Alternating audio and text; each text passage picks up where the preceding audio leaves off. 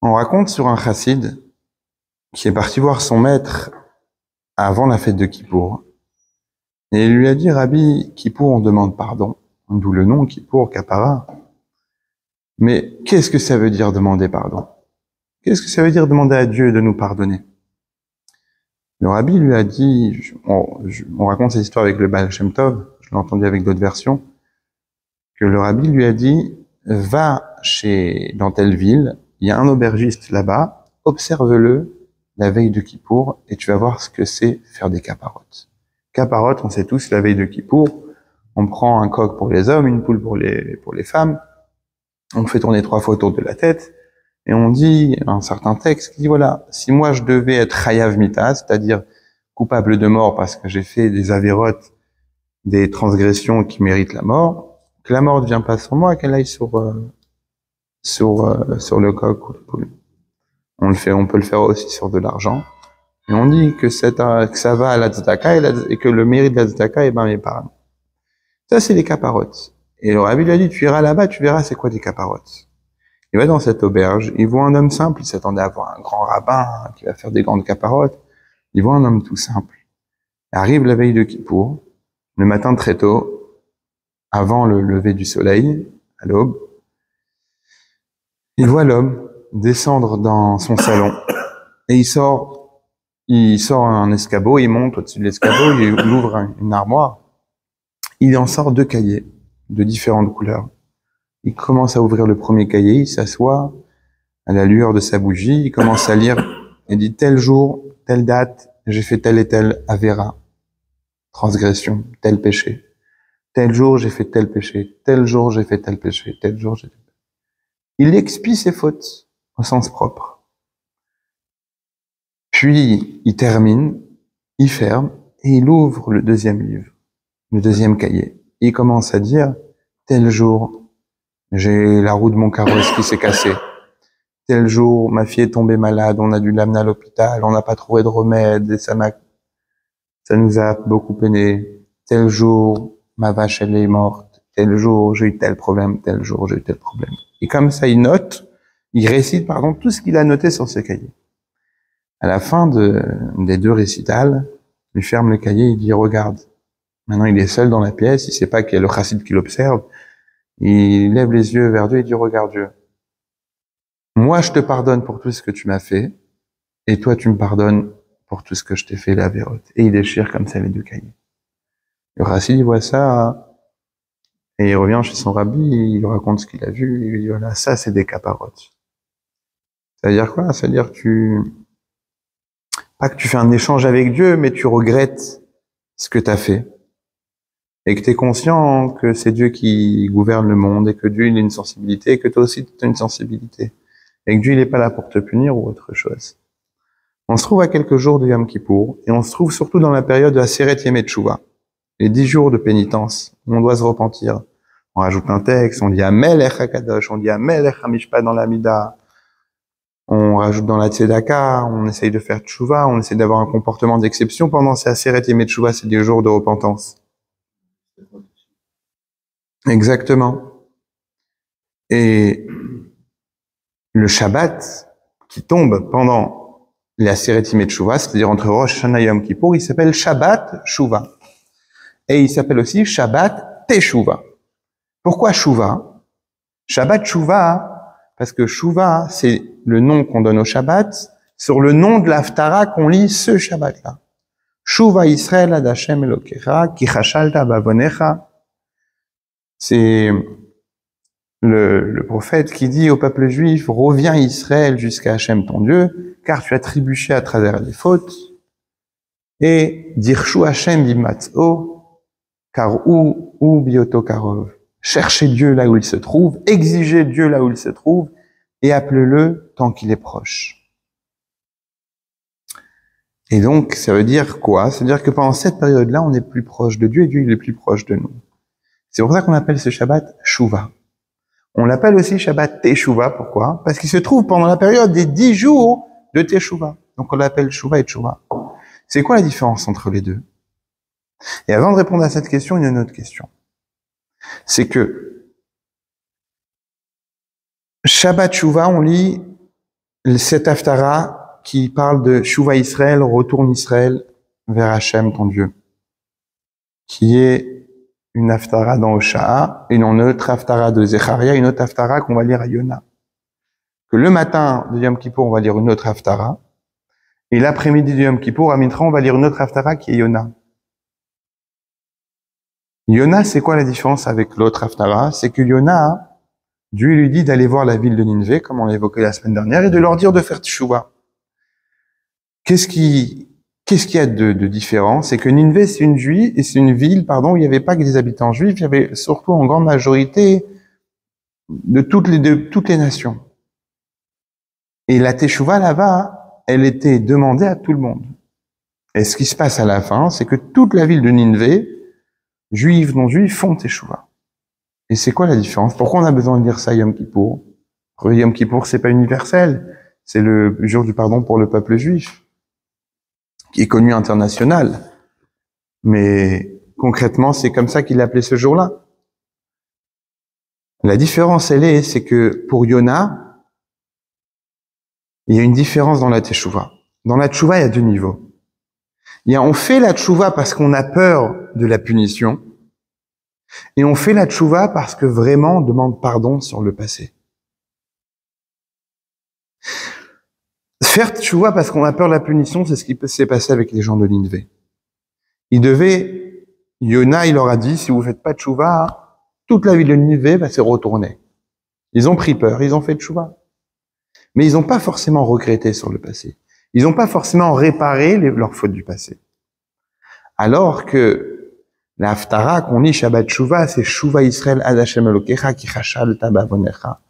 Retourne Israël jusqu'à Hashem, ton créateur, Hashem ton Dieu, parce que tu as trébuché. Ça veut dire quoi? Tu dois retourner. Retourner à Dieu, ça veut dire pas tu fais tes teshuvah parce que tu as peur du péché, parce que tu as peur de la punition, mais tu fais tes teshuvah pourquoi? Parce que tu veux réparer le passé. Et tu veux transformer le passé. Et ça, c'est la différence qu'il y a. Il y avait une question qui arrive. C'est que, pourquoi Rosh Hashanah devance Yom Kippour? Ça veut dire quoi? Yom Kippour, c'est le jour du pardon. Et on demande, Yumiyu chatechem kasheleg yalbinu. On demande à Dieu de nous blanchir les fautes comme la neige. Et donc on sort le soir de Kippour, on est blanchi totalement des fautes. Rosh Hashanah, qui est 10 jours avant, qu'est-ce que c'est? C'est le jour du jugement. On va fixer à l'homme les besoins de ce qu'il aura besoin durant toute l'année. La question, elle est logique. Pourquoi inverser? Normalement, une entreprise, elle veut fixer un budget pour l'année à venir. Elle fait d'abord un bilan, elle voit ce qui ne va pas, elle voit ce qu'on peut arranger, puis ensuite, on adapte le budget en fonction de l'année passée. Est-ce que vous avez déjà vu une entreprise fixer un budget? Une fois que le budget il est fixé, on va revisiter l'année à venir. L'année passée, pardon. On va faire un bilan. Tu fais pas un bilan après que tu as fixé le budget, c'est le contraire. Tu fais d'abord un bilan, après tu fixes le budget. Et la question est la même chose pour Rosh Hashanah. Normalement, tu aurais dû avoir d'abord Yom Kippour, que quoi? Que là tu demandes pardon, et tu es complètement blanchi de tes fautes. Et puis ensuite, tu as Rosh Hashanah qui arrive, que c'est le jour du jugement, et tu te présentes au jugement. T'es tout propre. T'es blanchi, t'as un bon avocat, et là tu peux te faire juger. C'est une bonne question quand même. Et là on voit le contraire. Rabbi Israël Salanter, il explique qu'en réalité, chaque chose, chaque changement, il a besoin d'une préparation. Sinon, il y a un choc. Tu peux pas arriver le jour de Yom Kippour, qui est le jour le plus important. Et d'ailleurs, on voit l'identité juive qui se réveille ce jour-là, que n'importe quel juif, de n'importe quel niveau, même celui qui est loin toute l'année, le jour de Yom Kippour, il est sensibilisé. Concrètement, tu peux pas arriver au jour de Yom Kippour sans avoir eu un changement avant. C'est-à-dire une atmosphère. Tu dois rentrer dans l'atmosphère du changement. Par exemple, une histoire qu'on a déjà racontée, c'est que l'empereur Francisius d'Autriche, il a voulu construire un opéra. Donc il a pris un architecte, un des meilleurs, pour lui construire un opéra à Vienne. Les travaux, ils ont duré tant et tant d'années. Arrive le jour de l'inauguration. L'empereur, il vient voir. Il arrive, il dit, mais c'est pas un opéra. Il dit, pourquoi c'est pas un opéra? Bien sûr, regardez les grands espaces, etc. Il lui dit, mais ils sont où les escaliers? Il manque les escaliers avant d'accéder à l'opéra. Il dit, pourquoi c'est si important l'escalier? Parce qu'en montant les escaliers de l'opéra, on commence à rentrer déjà dans l'ambiance. On passe pas de sol à sol. T'es obligé de monter des escaliers, t'es obligé de rentrer dans l'ambiance. D'ailleurs, l'opéra, que ce soit l'opéra Garnier ou l'opéra de la Bastille, ils ont des longues marches. Dans un palais, ça va être la même chose. Tu passes d'abord à travers des marches.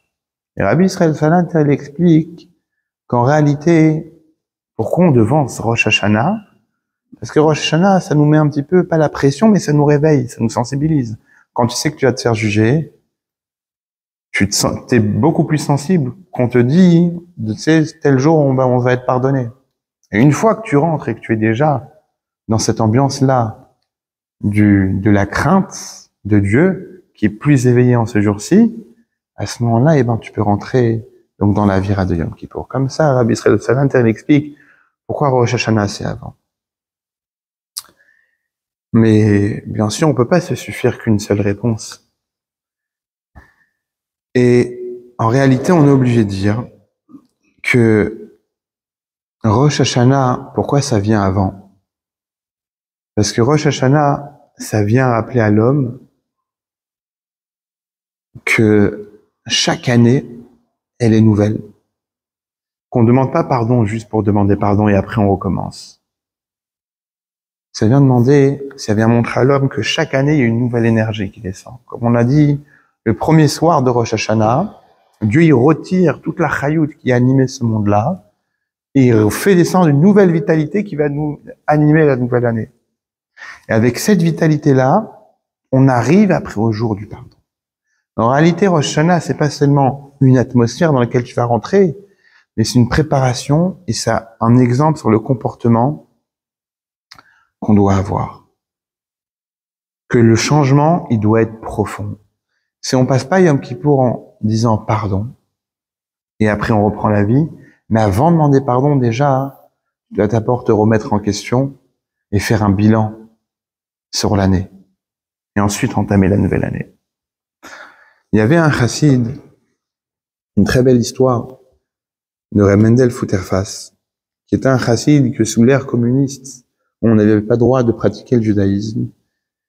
Il a mis sa vie en danger pour accomplir la mission que le rabbi Yosef Yitzhak Schneerson lui avait donnée, c'est d'aller et continuer à propager le judaïsme en cachette. Faire des Talmudei Torah dans les caves, construire des mikvés, encourager les chassidim, faire des brit milot en cachette. Et un jour, il s'est fait attraper. Il était condamné à 10 ans de Sibérie.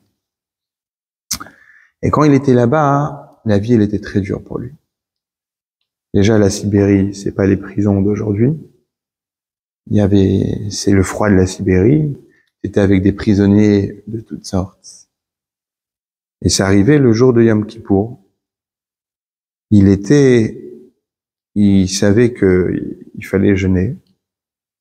Il savait que c'était la date de Yom Kippour, mais il n'avait pas de marzor pour prier, pas de livre pour prier.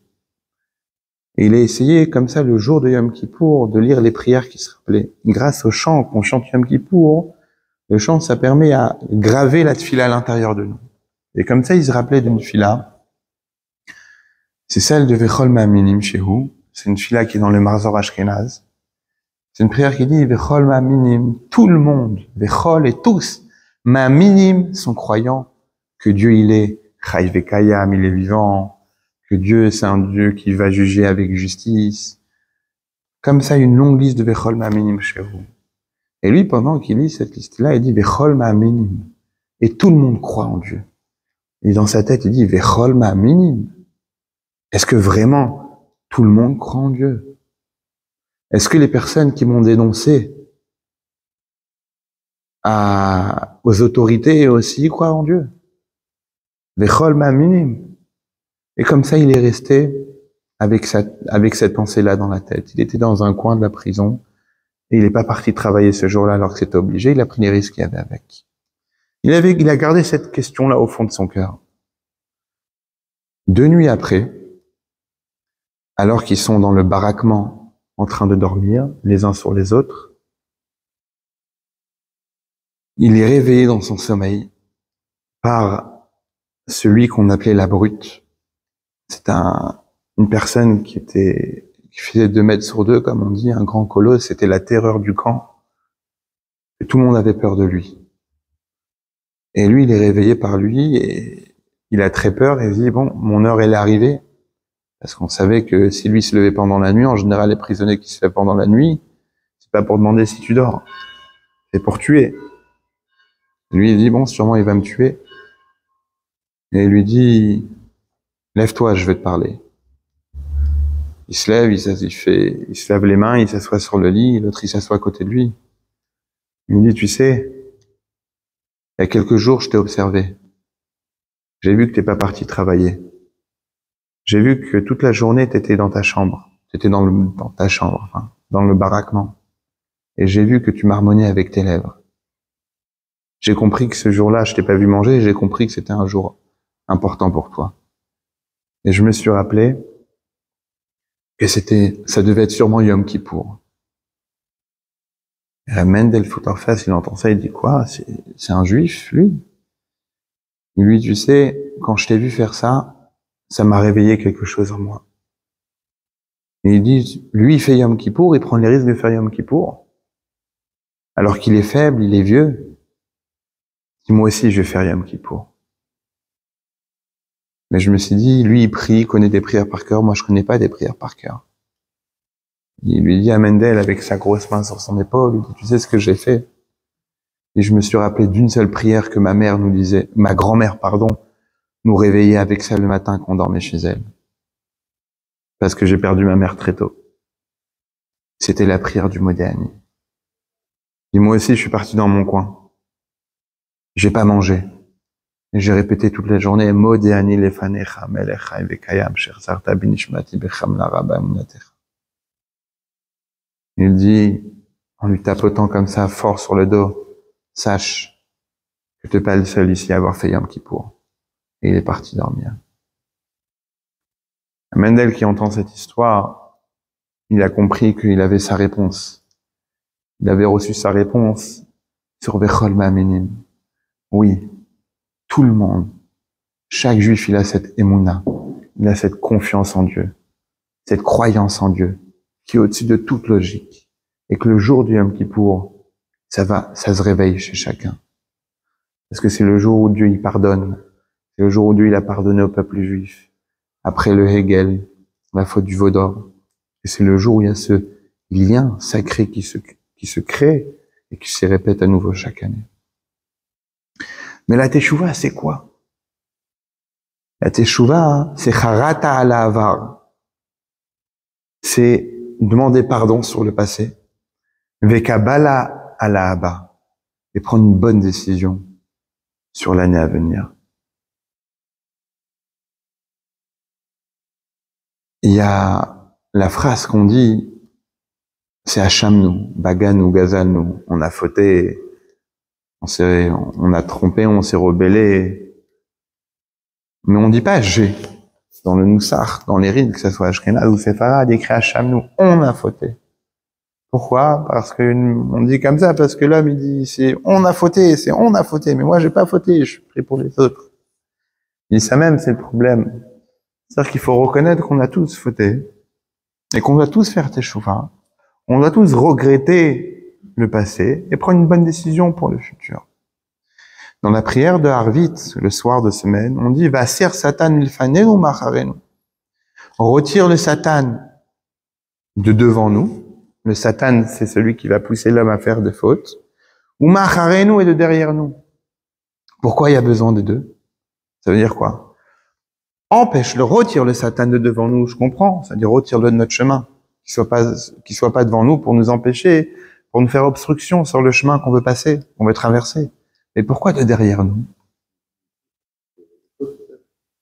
Qui nous pousse à faire des fautes. Mais justement, on demande de nous protéger, qui va pas nous pousser à faire des fautes devant nous. Pourquoi derrière nous? Il y a un Mashpia qui explique qu'en réalité, il y a deux types de Satan. Il y a le Satan qui va te dire de fauter, c'est le Satan qui est devant toi. Il y a le Satan qui va te dire, mais t'es mauvais parce que tu as déjà fauté. Parce que tu portes des fautes derrière toi. Et donc, une personne qui dit, j'ai des fautes derrière moi, il est retiré par le passé. Et puisqu'il est retiré vers le passé, donc ça l'empêche d'avancer dans la vie. Ça l'empêche de continuer. Et c'est ça qu'on demande à Dieu. On retire le Satan qui va être sur notre chemin, mais aussi retourne le Satan qui nous dit, regarde la personne que tu étais. Et ça, c'est l'ennemi. C'est l'ennemi pour avancer. C'est la froideur, c'est Amalek, celui qui te dit, mais regarde comment t'étais. C'est comme un enfant que tu vas lui dire, mais regarde, t'as fait telle et telle bêtise, t'as fait telle et telle bêtise. L'enfant dans sa tête, il se met une étiquette. Je suis un enfant qui fait des bêtises. Mais si tu dis à un enfant, regarde, maintenant t'as grandi. Ce que t'as fait, tu l'as fait parce que t'étais petit. Maintenant, tu rentres dans une nouvelle année, tu rentres dans une nouvelle classe, tu rentres dans une nouvelle journée. Maintenant, il faut changer de comportement. Ça, c'est la même chose. Ça, c'est la tchouva. Charata alavar, tu regrettes le passé, mais tu l'empêches de te retirer, de te retenir, d'être une sorte de boulet qui t'empêche d'avancer. Et kabbalah ala et tu me prends une bonne décision sur l'année à venir. Et ça vient par le devancement de Rosh Hashanah. Quand tu sais que tu es jugé, alors à ce moment-là, ça te fait prendre conscience pourquoi tu es jugé. Qui on juge? On juge une personne qui a fait des fautes? Ou bien une personne qui a une demande? Et donc on va juger s'il a besoin, s'il a pas besoin, combien il a besoin, combien il n'a pas besoin. Et le fait d'être jugé, ça remet l'homme en question. Et si je suis jugé, c'est parce que je suis quelqu'un qui a une balance. Et le Rambam, il dit comme ça, que les olam, yire adam atzmo, kelu shakul, vechol olam shakul. Un homme, il doit constamment se mettre en vision comme si lui, il est d'un côté d'une balance et le monde, il est de l'autre côté de la balance. Alors, vous savez, aujourd'hui, une balance, c'est quoi? Une balance est digitale. Tu mets 1 gramme, elle va voir la différence. Mais les balances à l'époque, comment ça se faisait? Il y a une mitzvah de la Torah c'est interdit d'avoir des faux poids à la maison. C'est-à-dire quoi des faux poids? T'allais chez le boulanger, t'allais chez le marchand de fruits, et tu lui disais, je veux 1 kilo de pommes de terre. Comment il peut savoir c'est combien 1 kilo? Est-ce qu'il a des balances dans les mains? Non. Il avait une sorte de bac, d'assiette, il met là-bas les pommes de terre, et en face, il avait un poids, que ce poids-là fait 1 kilo. Et donc, il mettait sur la contrebalance, si le 1 kilo, il est plus bas, c'est que les pommes de terre, il n'y a pas 1 kilo, donc il rajoute. Et en fonction de ce qu'il rajoute, ça arrive au même niveau. Mais maintenant, un commerçant qui veut arnaquer et gagner plus d'argent, qu'est-ce qu'il fait? Il va gratter un petit peu le poids de 1 kilo. Ça fait que il va donner moins au client et le client, il croit qu'il y a 1 kilo. C'est pour ça que la Torah, elle l'interdit, c'est une interdiction d'avoir des faux poids chez soi à la maison. Et c'est toujours en vigueur parce que parfois on a de la collection. Moi, j'avais un ami au Cheder, je me rappelle, il avait des poids à la maison et le professeur lui avait dit, il faut que tu les enlèves de chez toi parce que sûrement, c'est possible qu'avec le temps, en passant d'une main à une main, en frottant le parterre, etc., il y a un peu qui s'est enlevé. Et il suffit qu'il y a quelques grammes qui manquent. C'est interdit de la Torah de posséder ça à la maison. Donc, faut que tu les enlèves chez toi à la maison. Maintenant, dans cette balance-là, le Rambam, il dit, un homme, il doit se voir d'un côté de la balance et de l'autre côté, le monde entier. Et qu'avec une seule action, une bonne action, à sa mitzvah achat, il a fait une bonne action, avec une seule bonne action, paf, il fait pencher toute la balance du bon côté. Et c'est pour ça qu'on dit que la nouvelle année, chaque nouvelle année, il faut prendre une bonne décision. On commence l'année avec une bonne décision sur soi. Pourquoi? Parce que cette bonne décision-là, c'est le poids qu'on va rajouter dans la balance.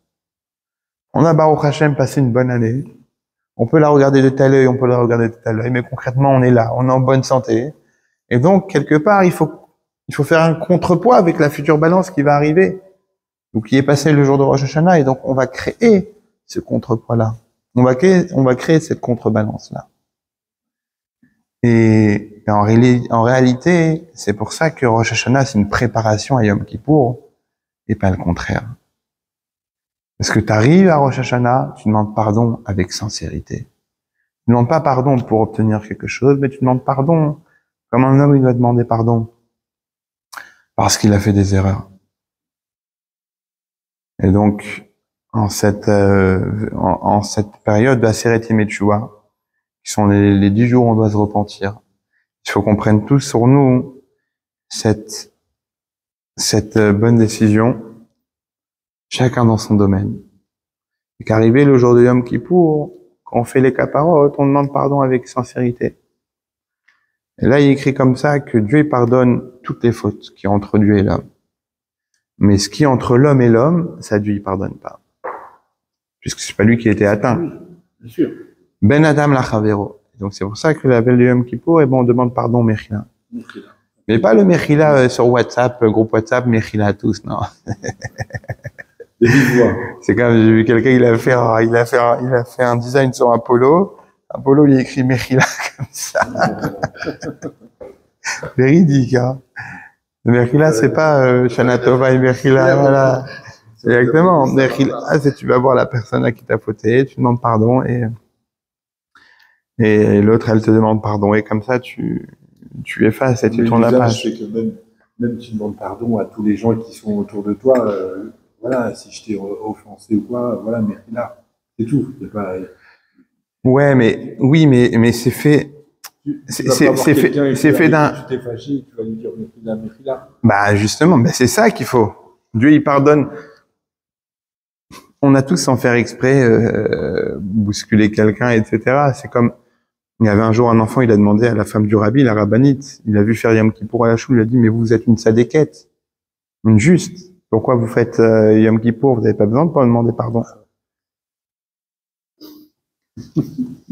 Alors, c'est une bonne question. Pourquoi les tzadikim demandent pardon? Alors déjà, un tzadik, il demande pardon. Il demande pardon pour lui et pour tout le peuple juif, comme le Kohen Gadol qui rentrait. Et la rabbinite lui a dit, quand j'étais à Varsovie, qu'on fuyait Varsovie pendant le bombardement allemand, on était dans la rue. Il y a des bombes qui sont tombées. À un moment, il y a eu une bombe qui allait tomber. Il y a eu une explosion. Et il y avait une personne devant moi. Je l'ai poussé pour qu'il se couche à terre, pardon, et qu'il soit épargné par les fragments de bombes et les projectiles. Et lui, comme je l'ai poussé, faut que je demande pardon sur ça. C'est-à-dire, ça, c'est un niveau. Elle a poussé pour lui sauver la vie, mais concrètement, elle l'a poussé, elle a fait mal. Donc, ça veut dire quoi? Ça veut dire que même des fois, en faisant le bien, tu fais le mal. Et ça, c'est sur ça qu'il faut être propre. Maintenant, le Mechila général, c'est pas trop ça.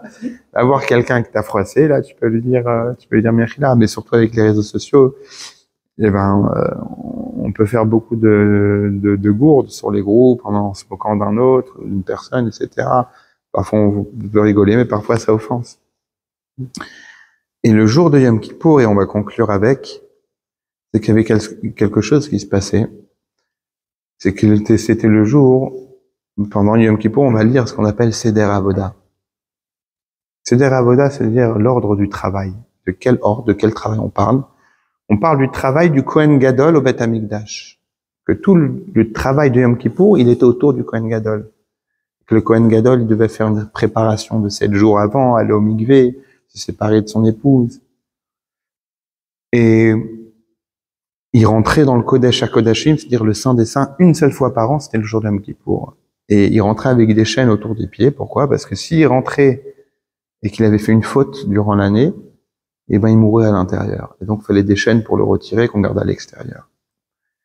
Et quand le Kohen Gadol sortait du Kodesh HaKodashim, après avoir prié pour le peuple juif, à ce moment-là, il écrit, on le lit, que le visage du Kohen Gadol, il était éblouissant, il était rayonnant. Et il y a une prière qui est Nimtar Bedaorim ala Mare Kohen. C'est une phrase, une prière qu'on dit le jour du Yom Kippour. Et c'est quoi la dernière prière une des dernières prières que le Kohen Gadol faisait dans le Saint des Saints? Il demandait à Dieu une bonne parnassa pour le peuple juif. Il y a une question qui se pose. Un jour si important, si spirituel, où justement on jeûne pour ne pas manger, être le moins en contact avec le matériel, qu'est-ce que le Kohen Gadol demande dans le Kodesh HaKodashim? Qu'est-ce qu'il demande? Il demande la parnassa, le matériel. Pas seulement ça. Comment c'est écrit?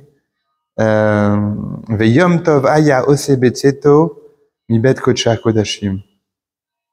Bevo leveto. C'est-à-dire que dès qu'il sortait du Kodesh HaKodashim, qu'est-ce qu'il faisait le Kohen Gadol? Il n'allait pas serrer la main à tout le monde. Il devait rentrer directement depuis le Kodesh HaKodashim, retourner chez lui à la maison, voir sa femme et ses enfants. C'est-à-dire que du Kodesh, tu passes du plus spirituel qui est le Kodesh HaKodashim, jusqu'à Beito, ça veut dire sa maison, la Baït, la maison, c'est ce qui a le plus de matériel. Pourquoi? Une personne qui est, d'ailleurs, les hippies, les personnes un peu les vagabonds, les personnes un peu spirituelles, ils n'ont pas de maison. Ils préfèrent avoir un backpacker, aller se promener, aller dans l'Amérique latine et aller découvrir les spiritualités dans n'importe quel champ, etc. Alors qu'une personne qui est matérialiste, il va pas seulement avoir une maison, mais il va avoir une maison, le jardin et la belle maison, et l'arrosoir, et la piscine, la tondeuse automatique, etc. C'est-à-dire que la maison, ça représente ce qu'il y a le plus matériel dans le monde pour un homme. Et qu'est-ce qu'il fait le Kohen Gadol? Il passe du Kodesh HaKodashim, il rentre chez lui à la maison, il écrit Veyom Tov Aya Ose. Il faisait là-bas un Yom Tov. Et c'est ça le message de Yom Kippour. Le message de Yom Kippour, c'est que c'est pas t'es spirituel toute la journée, et c'est tout. Le message, c'est de prendre toute cette spiritualité et l'amener dans le plus bas des bas du matériel. Il n'y a pas le juif de Kippour, ça n'existe pas. Il y a le juif tout court qui prend les forces à Yom Kippour et qu'avec ces forces-là, il va les ramener dans le matériel. Il va le ramener dans le plus bas des bas, dans sa maison, dans son travail, dans sa piscine, partout où il va amener le jour de Yom Kippour avec lui. Ça, c'est ce qu'on apprend du Kohen Gadol le jour de Yom Kippour. C'est ce qu'on lit aussi le jour de Yom Kippour dans Seder Avoda. Donc on prenne toutes ces forces-là. Il est écrit que Unshalma parim sfatenu, que maintenant qu'on n'a plus le Beth Amikdash, on peut plus faire de sacrifice expiatoire du jour de Yom Kippour. Il est écrit Unshalma parim sfatenu, nos lèvres, elles vont compléter, elles vont remplacer les offrandes qu'on faisait au temple. En disant les prières de Yom Kippour, c'est comme si qu'on approchait, qu'on faisait les offrandes. Et puisque le Seder Avoda, chez les Sfaradim, on ouvre le Echal avant le Seder jusqu'à la fin du Seder Avoda. C'est une grande mitzvah. Puisqu'on le lit, c'est qu'on ne lit pas seulement pour le dire, pour raconter l'histoire, mais on le lit surtout pour que ça vienne chez nous de manière matérielle.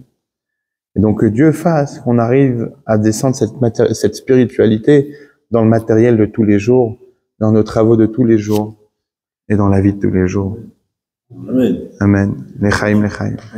Le Seder Avoda, c'est la Nerila. Non, le Seder Avoda, c'est après Moussaf. Ah, enfin, c'est collé à Moussaf. C'est en fusion avec Moussaf. D'accord. Et après Moussaf, en général, on fait la pause, une petite pause, oui, dans les synagogues où on a le temps. Souvent, c'est les Ashkenaz parce que ça va un peu plus vite. Et ensuite, il y a Mincha et Neila. Donc, au total, il y a 5 tfilot à Yom Kippour. Parce que la Nerila, c'est les portes ouvertes. Les portes, elles sont ouvertes. Enfin, Les portes, non, mais bien sûr, mais les portes ouvertes, pourquoi? Avant la fermeture, parce que Nerila, ça veut dire quoi? La fermeture. D'accord. Donc c'est pour ça qu'on les ouvre, parce que c'est les derniers moments où les portes du ciel sont ouvertes. Mais il écrit Ininalu nale dalte nedivim dalte marom lo ninalu. Il écrit les portes de Nedivim, ils peuvent se fermer. Mais dalte marom lo ninalu, les portes du ciel ne se ferment jamais. C'est-à-dire que même que Neila on ferme les portes, il y a toujours une porte qui reste ouverte. Voilà, que Dieu fasse que toutes ces brachot, que tous les brachot qu'on a demandé à Rosh Hashanah se réalisent de manière matérielle, bakol, mikol, kol, matériellement et spirituellement, dans tous les besoins, ban et chaye, mezon et reviche, dans les enfants, dans la parnassa, dans la satisfaction. Amen.